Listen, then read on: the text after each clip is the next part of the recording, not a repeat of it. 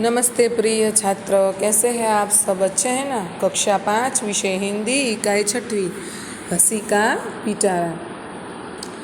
हंसी का पिटारा इस नाम से ही आपको पता चल गया होगा कि अब तो यहाँ पर बहुत हंसना है।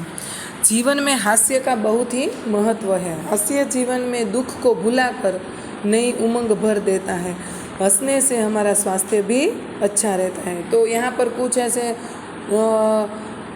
चुटकुले दिए गए हैं जिससे हम आज पेट पकड़कर हंसेंगे। चुटकुले माने जिसे इंग्लिश में हम कहते हैं जोक्स।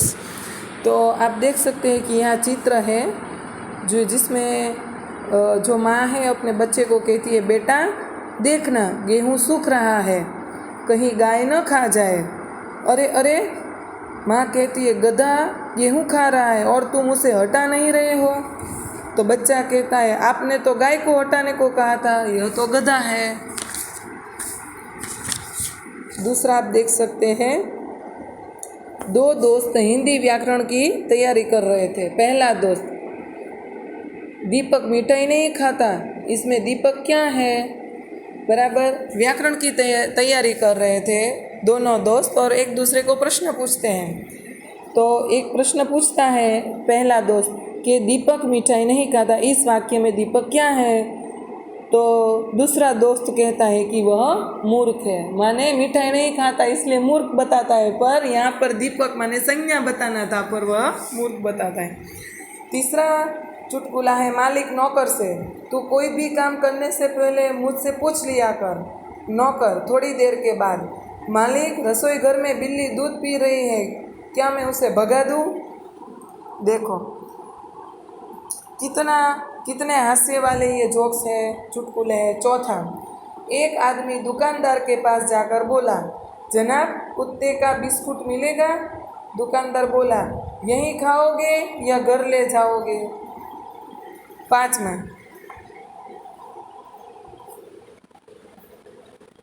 रामू श्यामू को देखकर, क्यों बे गधे को लेकर कहाँ जा रहा है? श्यामू, मूर्खों का यह गधा नहीं कुत्ता है। रामू, मैं कुत्ते से ही पूछ रहा हूँ। अर्थात उसने किसे कहा? श्यामू को ही गधा कहा।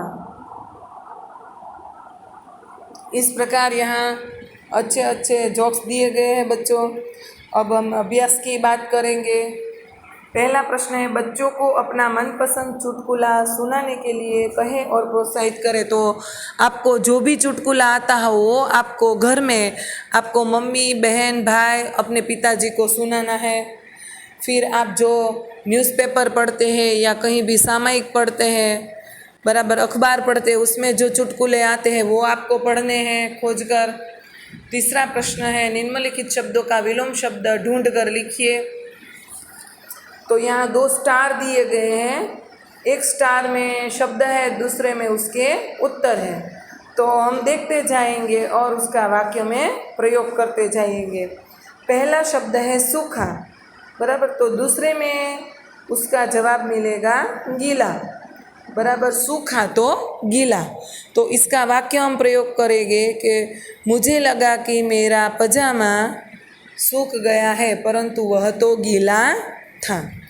दूसरा शब्द है सुबह, तो उसका उत्तर होगा, दूसरे स्टार में दिया गया है शब्द शाम, तो सुबह शाम। मेरा दोस्त सुबह को आने वाला था पर वह शाम को आया। इस प्रकार इसका वाक्य प्रयोग होगा। उसके बाद है मूर्ख, तो बुद्धिमान, बराबर है।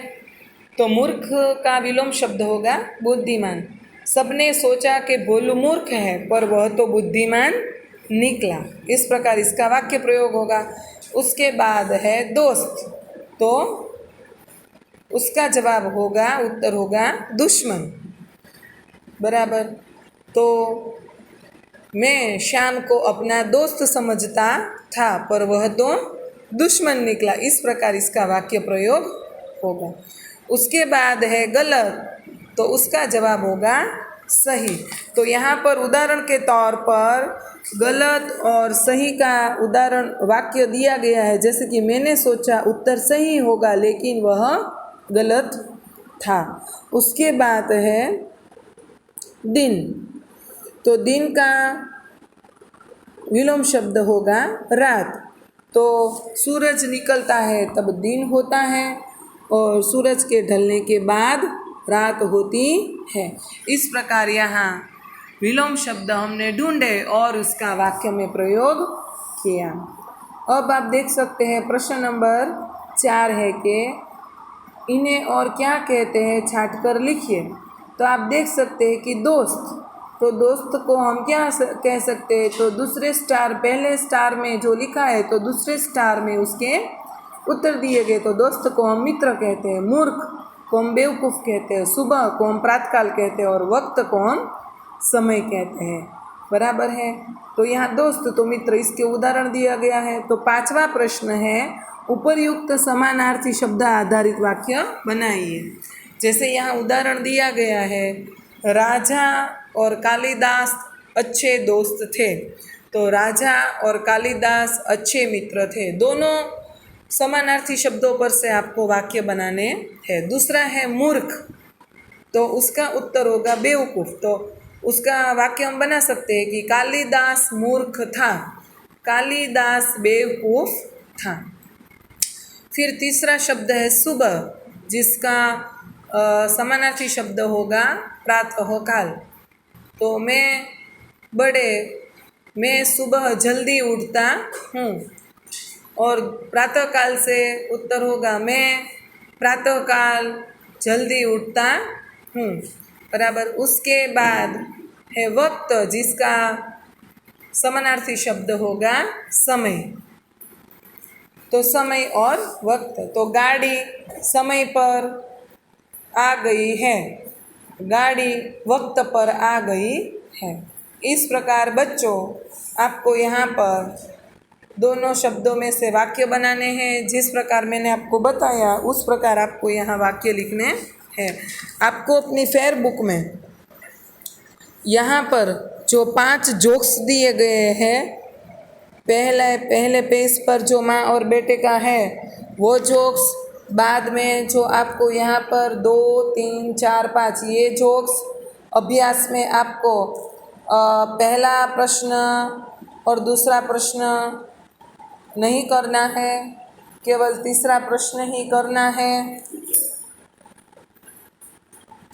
बराबर है। तीसरा प्रश्न में भी आपको स्टार अगर बनाने हैं तो बनाइए, वरना सीधे शब्द और उसके सामने जवाब लिखेंगे और वाक्य प्रयोग करेंगे तो चलेगा। उसी प्रकार चौथे प्रश्न में भी स्टार आपको बनाने हैं तो ही बनाइएगा, वरना चलेगा। बराबर है। और 5वें प्रश्न तक आपको यहाँ अपनी फेयर बुक में लिख लेना है। बराबर है बच्चों। घर में रहिएगा, सुरक्षित रहिएगा और अपना होमवर्क है वो अच्छी तरीके से अपनी फेयर बुक में कंप्लीट कर लीजिएगा। Bye bye.